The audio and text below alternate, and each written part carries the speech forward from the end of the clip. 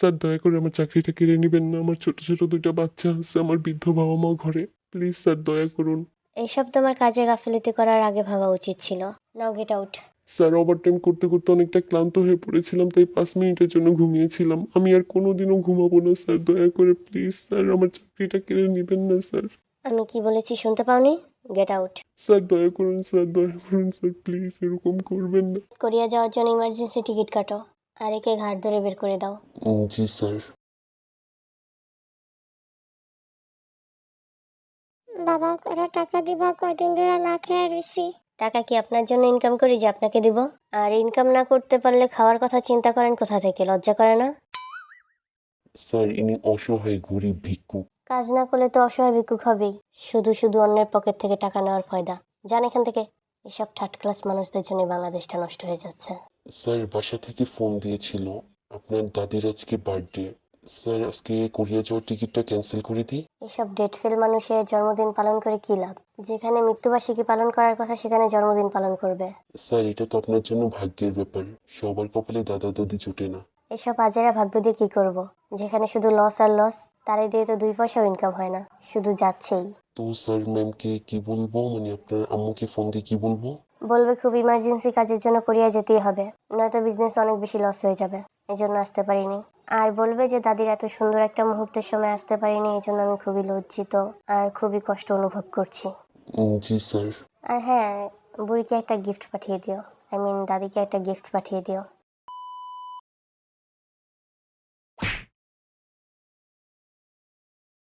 হ্যাঁ, এটা কি করলেন আপনি? আমার এত দামি আইসক্রিম নষ্ট করে ফেললেন। জানেন এটা কত দামি ছিল? কত দামি ছিল? 80 টাকা ছিল। 80 টাকা দিয়ে আমি নিজে কিনেছি। 80 টাকা দামি? অফকোর্স দামি। নিজে ইনকাম করলে 80 টাকা কেন, 80 পয়সা অনেক দামি হয়। আপনাদের মতো তো বাবার টাকায় ফুটাঙ্গিরি করি না আমরা। এক্সকিউজ মি, তুমি কাকে বললে বাবার টাকায় ফুটাঙ্গিরি করে? আপনাকে বললাম। আপনারা বড়লোকের ছেলেরা, আলালের ঘরে দুলালেরা তো বাবার টাকা ছাড়া চলতেই পারেন না। ওই মেয়ে, মুখ সামলে কথা বলো, নয়তো। আর আমি তোমার মতো থার্ড ক্লাস মেয়ের সাথে কথাই কেন বলছি? তুমি তো আমার লেভেলেই না যে আমি তোমার সাথে কথা বলবো। আর এই নাও তোমার আইসক্রিমের টাকা, ডাবলের থেকে ডাবল টাকা দিয়ে দিলাম। ওই বেটা, তুই এটা কি করলি? ওই দাঁড়া। কি বললে তুমি? বললাম দাঁড়া। তোর এত বড় সাহস কি করে হয় তুই আমার মুখের উপরে টাকা ছুঁড়ে মারছস? ভদ্রতা নিয়ে কথা বলো, নয়তো এর শাস্তি খুবই ভয়ঙ্কর হবে। আব্বে বাদ দে তো তোর এই 2 টাকার ডায়লগ। তোর কাছে কি মনে হয় তোর এই 2 টাকার ডায়লগে আমি ভয় পেয়ে যাব? এই মেয়ে, অনেকক্ষণ ধরে তোমার বক বক সহ্য করছি, আর একটা যদি ফালতু কথা বলো তাহলে থাপ্পড় দিয়ে তোমারে ঘুরিয়ে ফেলবো। আমায় থাপ্পড় দিবি? আমায় আমায় থাপ্পড় দিবি? এই নে।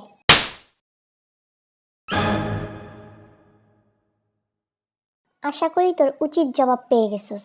নেক্সট টাইম কোনো মেয়ের সাথে এভাবে অভদ্র ব্যবহার করার আগে আমার চেহারাটা মনে রাখবি।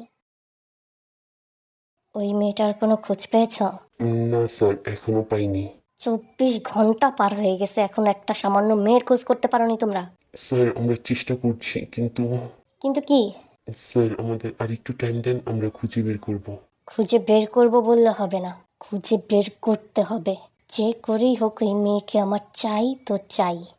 জি স্যার। তো মিটিংয়ে যাবেন না? দেরি হয়ে যাবে। ক্যান্সেল করে দাও। স্যার কতগুলো মিটিং ক্যান্সেল করলেন, এটাও যদি ক্যান্সেল করেন তাহলে তো অনেক বড় লস হয়ে যাবে। আমি কি বলেছি শুনতে পাওনি? মিটিং ক্যান্সেল করে দাও। তুই গতকালকে কারোর সাথে ঝামেলা করেছিলি? না তেমন।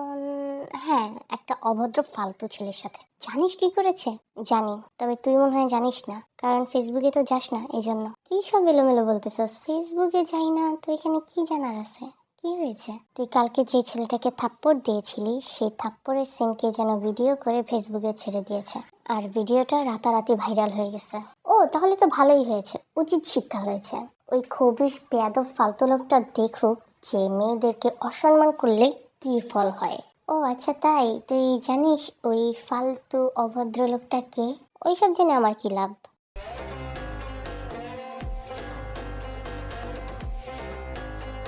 ওই মেয়ের বাসায় ফোন দিয়ে জানিয়ে দিয়েছো যে আজকে বিকেলে আমি যাব? জি স্যার জানিয়ে দিয়েছি। ওকে, এবার যাও, শপিংয়ে যাও, শপিংয়ে গিয়ে বিয়ের A to Z শপিং করে নিয়ে আসো। বিয়ের শপিং করব মানে? স্যার আপনি কি ওই মেয়েটাকে বিয়ে করতে যাচ্ছেন? তোমার কি আমাকে দেখে কোনো অ্যাঙ্গেল দিয়ে ব্যাককল মনে হয়, বেকুব মনে হয়? না স্যার। তাহলে এসব আলতু ফালতু প্রশ্ন কেন করতেছো? তো স্যার আপনি বিয়ের শপিং কেন করতে বলতেছেন? এগুলো দিয়ে কি করবেন? কোথায় নিয়ে যাবেন এগুলো? ওই মেয়ের বাসায় নিয়ে যাব বিয়ের জন্য। তাহলে মাত্র যে বললেন আপনি এই মেয়েকে বিয়ে করবেন না। হ্যাঁ, অবশ্যই আমি বিয়ে করব না, কিন্তু আজকে ওই মেয়ের বিয়ে হবে। কে করবে? খুব সুন্দর একটা পাত্র, অনেক সুন্দর। এখন এত বেশি কথা না বলে তাড়াতাড়ি যাও, শপিং করে নিয়ে আসো। জি স্যার। আমাকে থাপ্পড় দিয়েছিলে, আমাকে। মেয়ে, তোমাকে আমি ভালো করে বুঝাবো মিন ইয়ঙ্গিকে থাপ্পড় দেওয়ার ফল কি হয়। আমি চাইলে তোমাকে থাপ্পড়ের বদলে থাপ্পড় দিতে পারতাম, এর থেকে আরো কঠিন শাস্তিও দিতে পারতাম, কিন্তু সেগুলো খুবই সামান্য হয়ে যেত। তোমাকে আমি এমন শাস্তি দেব যে জাহান্নামের কষ্ট তোমার কাছে খুব সামান্য লাগবে। আর সেই জাহান্নামের শাস্তি দেবে তোমার সঙ্গী, লাইফ পার্টনার। কারণ একটা মেয়ের জীবনকে জাহান্নাম করে দেওয়ার জন্য খারাপ লাইফ পার্টনারই যথেষ্ট। ও আমার বন্ধু কাই, সফটওয়্যার ইঞ্জিনিয়ার, আমেরিকাতে থাকে পুরো ফ্যামিলি নিয়ে। টাকা পয়সা কোনো দিক দিয়ে কোনো কম নেই, আর স্বভাব চরিত্রের দিক দিয়ে সম্পূর্ণ পিওর। কোনো মেয়েদের নেশা নেই, মদের নেশা নেই, কোনো কিছুই নেই, শুধু কাজ, পরিবার। আমার মতে এরকম ছেলে আপনি হাজার একটাও পাবেন না। তাই আশা করবো এই বিয়েতে আপনাদের কোনো আপত্তি হবে না। না, যদি ছেলে ভালো হয় তাহলে আমাদের আপত্তি কিসের? আর তাছাড়া আমরা সবাই আপনাকে তো চিনি, আপনি এই শহরের প্রভাবশালী বিজনেসম্যান। আর আপনি এক কথার মানুষ, যেটা বলেন সবসময় সত্যিই বলেন, তাই আমাদের কোনো আপত্তি নেই। ওকে, তাহলে আগামী সপ্তাহে আমরা বিয়ের ডেট ফিক্সড করি। জি, মানে এত তাড়াতাড়ি একটু খোঁজ খবর নিয়ে তারপরে? মাত্রই তো বললেন আপনারা আমাকে ভরসা করেন, আমার উপর বিশ্বাস আছে, তাহলে আবার খোঁজ খবর নেওয়ার কি দরকার আছে? তাছাড়া তো এক সপ্তাহ টাইম দিচ্ছি, এর ভিতরে খোঁজ খবর নিয়ে দেখেন। ছেলে যদি এত ভালো হয় তাহলে এক সপ্তাহের দরকার কি আছে? আজকেই বিয়েটা হয়ে যাক। ড্যাড, তুমি এখানে? হ্যাঁ, শুনলাম তুমি ঘটকালি করতেছো। খবরটা পাওয়া মাত্র আর তর ছিল না, তাই তোমাকে দেখতে চলে আসলাম। তোমাকে এই খবর কে দিয়েছে? যে দিয়েছে দিয়েছে, এখন ওইটা বাদ দাও। এখন কথা হলো, ছেলে দেখতে সুন্দর, পারফেক্ট, টাকা পয়সা, ব্যাকগ্রাউন্ড, চরিত্র সব দিক দিয়ে ছেলে একেবারে 100তে 1000 কোটি। তাহলে আমার মতে ভাই আপনার দেরি করা উচিত হবে না, কারণ একবার হাতছাড়া হয়ে গেলে ছেলে কিন্তু আবার পরে পাবেন না। না, এটা হয় না। আজকে দিনের ভিতরে বিয়ে দেব, ভালো মন্দ যতই বড় হোক, টাকা পয়সাওয়ালা মানুষ হোক না কেন, এটা সম্ভব না। ভাই, আমি সিওজিন আপনাকে কথা দিচ্ছি, আপনার মেয়ে সামান্য অসুখীও হবে না, সে ভীষণ সুখী হবে, তার মতো সুখী দুনিয়াতে একটা নারীও হবে না। জি, তারপরও আর বলেন না। আচ্ছা চলুন আমরা একটু সাইডে গিয়ে কথা বলি, এরপরে যদি আপনার মনে হয় যে আপনি বিয়ে দিবেন না তাহলে দিয়েন না। ভাই, এটা কি হচ্ছে রে?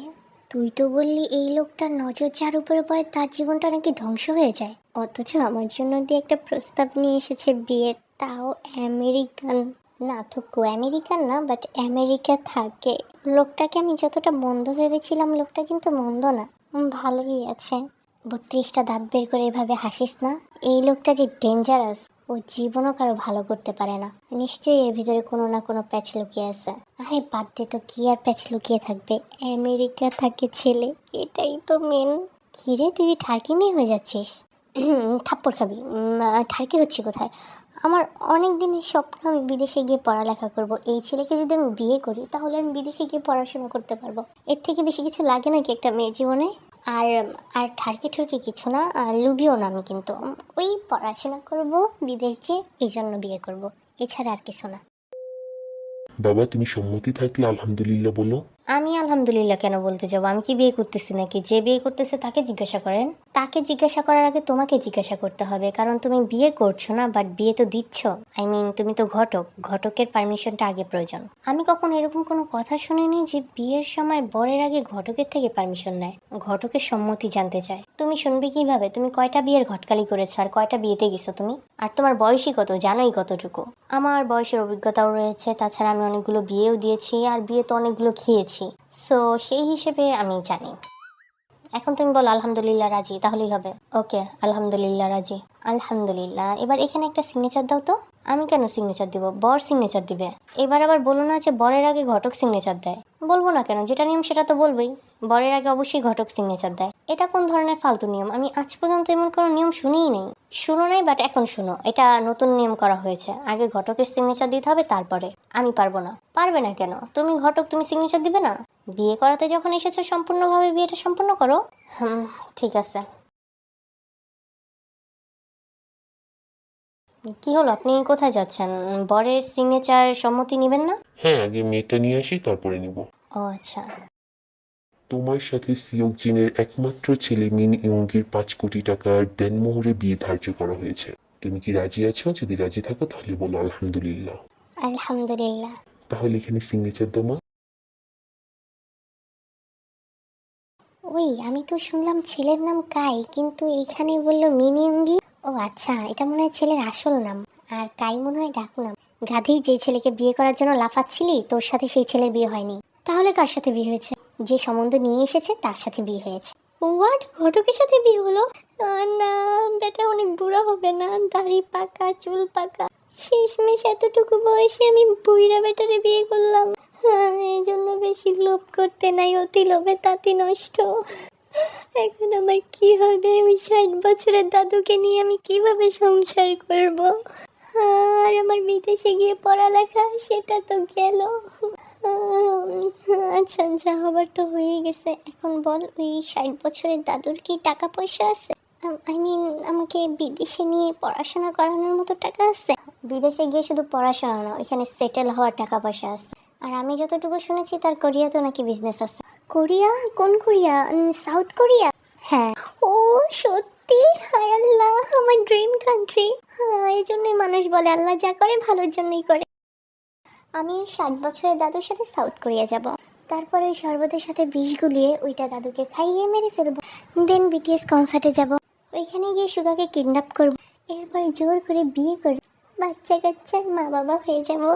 ওয়াও, কত সুন্দর! আরে বান্ধবী, কত দূর পর্যন্ত চলে গিয়েছিস স্বপ্নে।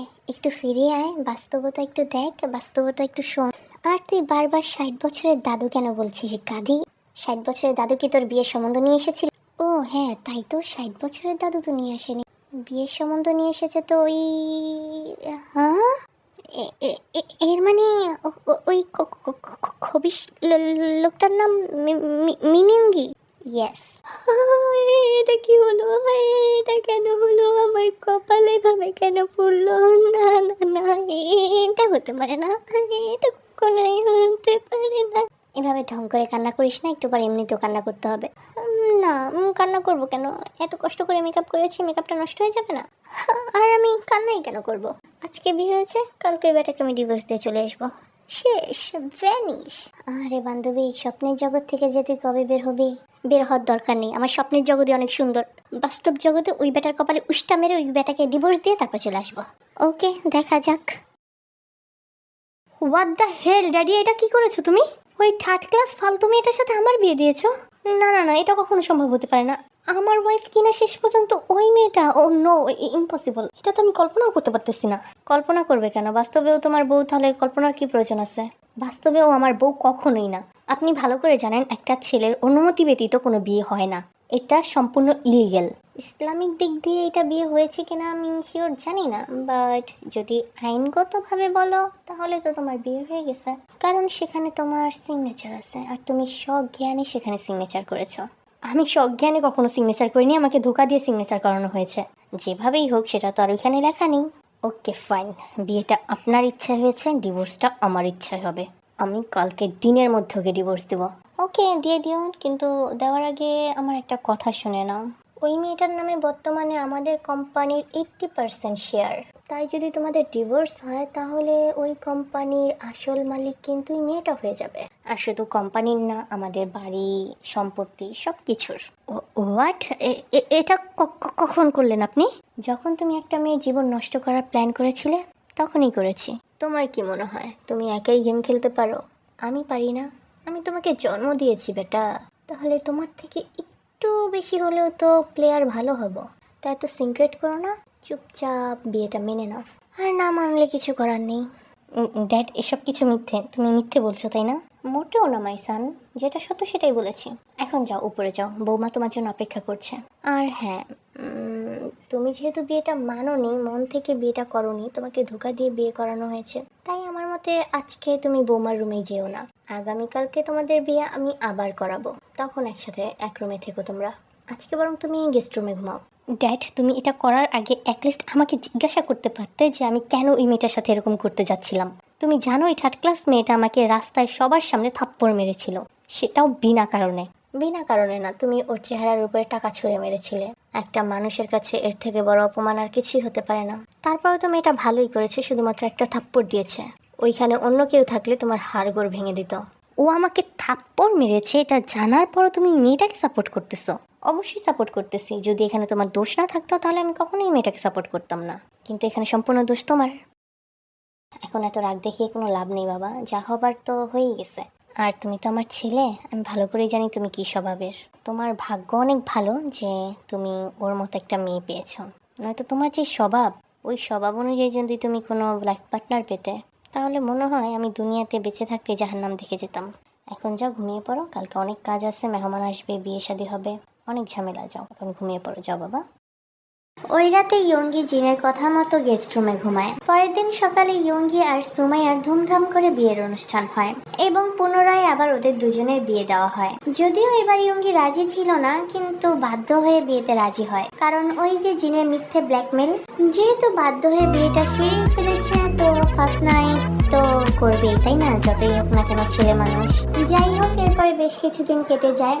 জিনের এই মিথ্যে ব্ল্যাকমেলের কারণে সুগা কোনো কিছু বলে না সুমাইয়াকে। ও পাগল ছাগলের মতো যাই বলুক না কেন সবকিছু সহ্য করে নেয়। এই যে শুনছেন, আমি আপনার হাড়ির খবর জেনে গিয়েছি, মানে সিক্রেট কথা। কি হলো, আপনি কোনো আগ্রহী দেখাচ্ছেন না? আমি সত্যি সত্যি আপনার সিক্রেট পার্সোনাল গোপন জিনিস জেনে গেছি। কি জেনেছ? আপনার আর আপনার এক্সের কথা। আপনি আর আপনার এক্স কি লুতুপুতু ভাবে কথা বলতেন, আবার আপনারা তো কটও খেয়েছিলেন, তখন যেই মারটা মেরেছে আপনাকে, আহারে ভাবলেই হাসি পায়। আর আপনি আপনার এক্স গার্লফ্রেন্ডকে বউ বলে ডাকতেন। আবার বলেছেন যে তাকে ছাড়া আপনি বাঁচবেনই না, কিন্তু এখন তো আপনি বেঁচে আছেন। কিভাবে বাঁচতেছেন এখন তাহলে আপনি? আমি জানতাম যে বকাটে ঠারকি যেই ছেলেগুলো, তারা হচ্ছে মেয়েদের সাথে এভাবে ফ্লার্টিং করে, কিন্তু আমার ধারণা সম্পূর্ণ ভুল। আপনি উপরে উপরে দেখান অপ করে থাকা মানুষ, কিন্তু ভিতরে আপনি নিজেও একটা ছাপড়ি টাইপের ছেলে। আপনাদের মেসেজ পড়ে আমার এত হাসি পেয়েছে, আজকে সারা দিন শুধু আমি হাসছি আর হাসছি, আর ভাবতেছিলাম কখন আপনি বাসায় আসবেন, কখন তারপরে আপনাকে এসব বলবো। আপনি এভাবে চুপচাপ বসে আছেন কেন? আপনি কোনো রিয়াকশন দেখাচ্ছেন না কেন? আচ্ছা, আপনি এরকম কেন বলেন তো? সবসময় এরকম গোমরা হয়ে থাকতে ভালো লাগে? আর তোমার এত বকবক করতে ভালো লাগে? না, বকবক করতে ভালো লাগে, হ্যাঁ লাগে, অনেক ভালো লাগে। Irritate person. কোথায় কি ভেবেছিলাম যে ওর লাইফটাকে হেল করব, না সেখানে উল্টা আমার লাইফটা হেল হয়ে যাচ্ছে। কি ভাবছেন? ভাবছেন যে আমি আপনার গোপন কথা জেনে গেছি, হাড়ির খবর জেনে গেছি? সমস্যা নেই, ভয় পাবেন না, আমি কাউকে জানাবো না। আর জানালেই কি, আপনাদের যে সুন্দর রোমান্টিক রোমান্টিক কথা আর কি সুন্দর প্রেম কাহিনী নিব্বা নিব্বির, ওগুলো যে কেউ শুনলে অনেক মজা পাবে, বিশেষ করে আমার ফ্রেন্ড। ও তো এই মেসেজগুলো দেখলে হাসতে হাসতে শেষ হয়ে যাবে। ওগুলো ওর মেসেজই। ওর মেসেজ মানে ও আপনার সাথে প্রেম করতো? দেখেছেন কত বড় বেইমান নিমুখারাম একটা মেয়ে, নিজে প্রেম করে খেয়ে ঠেয়ে ছেড়ে দিয়ে আমার গলা ঝুলিয়ে দিছে। ছি, এতদিন শুনেছি বান্ধবী বান্ধবীর সাথে প্রতারণা করে, বেইমানি করে, আজ নিজেরটা নিজে দেখলাম। এটা কেন হলো আমার সাথে? যা হয়েছে ভালোই হয়েছে, খারাপ কি হয়েছে? আচ্ছা, আমরা কোরিয়া কবে যাব? কেন কোরিয়া যাওয়ার জন্য এত আগ্রহী কেন? আগ্রহী কেন সেটা কি করে বলবো আমি আপনাকে? ওইটা বললে তো আপনি জীবনও আমাকে কোরিয়া নিয়ে যাবেন না। কোরিয়া একবার যাই, তারপরে আপনাকে বিষ খাইয়ে মেরে ফেলবো, এরপরে সুগাকে নিয়ে পালিয়ে যাব। যদিও পালাবে না বেটায়, বেটার আমি কিডন্যাপ করব, দিন চোর করে বিয়ে করব, এরপরে আমাদের লালা লালা হয়ে একটা লালা লালা বেবি হয়ে যাবে। একটা না, 12টা হবে, না আরো বেশি, অনেক বেশি বেবি নিব। কি হয়েছে, তুমি এরকম হাসতেছো কেন? না, হাসতেছি আপনাদের প্রেম কাহিনী দেখে, আপনাদের এইসব মেসেজ দেখে। সিরিয়াসলি আপনি একবার দেখবেন, আপনার গার্লফ্রেন্ডের কথা মনে পড়ে যাবে, যদিও অনেক কষ্ট পাবেন, কান্না করবেন। আজব তো, আপনি কোনো রিয়াকশন দেখাচ্ছেন না কেন? যেটা আমার না সেটা নিয়ে রিয়াকশন কি দেবো? ইস, বললেই হলো। আপনার রুমে আপনার কম্পিউটারে অন্য কারো মেসেজ থাকবে, এটা কখনো হতে পারে না। ওইটা আমার কম্পিউটার না, ওইটা আমার কাজিনের কম্পিউটার। আপনার কাজিনের কম্পিউটার এটা? তো আপনার রুমে কি করছে? কারণ আমি যখন বিদেশে ছিলাম তখন এই রুমে ও থাকতো। ও আচ্ছা, তাহলে আমার ফ্রেন্ডের সাথে আপনার কাজিনের ইটিস পিটিস প্রেম কি করে হলো? আর প্রেম হলোই হলো, আবার ব্রেকআপও হয়ে গেল, সেটা আমি কি করে বলবো? এখন এখান থেকে যাও, আমাকে কাজ করতে দাও। করেন, আমি কি আপনাকে ডিস্টার্ব করতেছি নাকি? আমি আমার মতো করে কথা বলতেছি। তোমার কি মুখ ব্যথা করে না? না, ব্যথা করে না, আমার আরো ভালো লাগে। আমার মাথা ব্যথা করতেছে। তাহলে মলম এনে দিই? দরকার নেই, আমার জন্য একটা কফি বানিয়ে আনো যাও, ব্ল্যাক কফি কড়া করে। ওকে, আমার জন্য বানিয়ে আনি, আমিও ব্ল্যাক কফি খুব পছন্দ করি। ওকে, যাও নিয়ে আসো। সুমো, আমার অফিসের ফাইল কোথায়? জানি না। তুমি জানো না তো জানে কে? ফাইল নিয়ে এসো তাড়াতাড়ি, মিটিংয়ে দেরি হয়ে যাচ্ছে। এক্সকিউজ মি, আমাকে ডিস্টার্ব করবেন না, নিজেরটা নিজে খুঁজে নেন। হোয়াট দ্য, কি হয়েছে তোমার? কি হবে, কিছুই হয়নি। তাহলে এরকম ফালতু অ্যাটিটিউড দেখাচ্ছ কেন? ফালতু অ্যাটিটিউড না, আমার রিয়েল অ্যাটিটিউড দেখাচ্ছি। আমার এখন তোমার সাথে কথা বলার টাইম নেই, তাড়াতাড়ি আমার ফাইলটা নিয়ে আসো। যাবো না, আর আমি জানি না। ফাইলটা তুমি ধরেছো, আমি দেখেছি। তাহলে দেখলে যেখানে রেখেছি সেখান থেকে নিয়ে যান। সেখানে নেই। কোথায় রেখেছো বলো। জানি না। কি চাই তোমার, কেন এরকম করতেছো?